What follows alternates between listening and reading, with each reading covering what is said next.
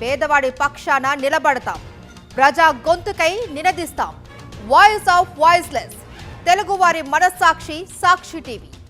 సాక్షి TV ప్రసారాల కోసం మీ స్థానిక cable ఆపరేటర్ను వెంటనే సంప్రదించండి. ఉక్రెయిన్పై యుద్ధాన్ని నిలిపే ప్రసక్తే లేదు అని అంటున్నారు రష్యా అధ్యక్షుడు వ్లాదిమిర్ పుతిన్. అమెరికా అధ్యక్షుడు ట్రంప్ నిరాశ వ్యక్తం చేసినా పుతిన్ మాత్రం వెనక్కి తగ్గే ఆలోచనలో లేరు. యుద్ధంలో తమదే పై చేయి ఉందన్న నమ్మకంతో పుతిన్ ముందుకు సాగుతున్నారు.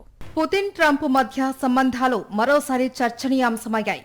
యుద్ధం కొనసాగుతున్న నేపథ్యంలో ట్రంప్ నిరాశ వ్యక్తం చేసినా పుతిన్ మరింత దూకుడు ప్రదర్శించడంపై అంతర్జాతీయంగా ఆందోళన వ్యక్తమవుతోంది. గత 6 నెలలుగా ట్రంప్ పుతిన్ మధ్య 6 సార్లు ఫోన్ సంభాషణలు, 2 ప్రత్యక్ష భేటీలు జరిగినా ఉక్రెయిన్ యుద్ధంపై పుతిన్ శాంతి ఒప్పందం చేసుకోలేదు. రష్యా మిలిటరీ సక్సెస్ పై పుతిన్ కి మరింత నమ్మకం పెరిగింది. ఉక్రెయిన్ మిలిటరీ బలహీనపడుతుందని ఆయన భావిస్తున్నారు. తన లక్ష్యం సాధించే వరకు, అంటే ఉక్రెయిన్ పూర్తిగా లొంగే వరకు యుద్ధాన్ని నిలిపే ప్రసక్తే లేదు అని క్రెమ్లిన్ వర్గాలు అంటున్నాయి. ఇరు దేశాల మధ్య యుద్ధం విషయంలో రష్యా విధించిన షరతులను ఒప్పుకోవాల్సిందేనని పుతిన్ పట్టుబడుతున్నారు. ఉక్రెయిన్ నాటోలో చేరకూడదన్న హామీ ఇవ్వడంతో పాటు సైనిక బలాన్ని పరిమితం చేయాలి అని డిమాండ్ చేస్తుంది. రష్యా భూభాగంగా పరిగణించే ప్రాంతాల నుంచి ఉక్రెయిన్ సేనలు వెనక్కి వెళ్లిపోవాలి అని, రష్యన్ భాషకు రక్షణ కల్పించాలి అన్న నిబంధనలు పెట్టింది.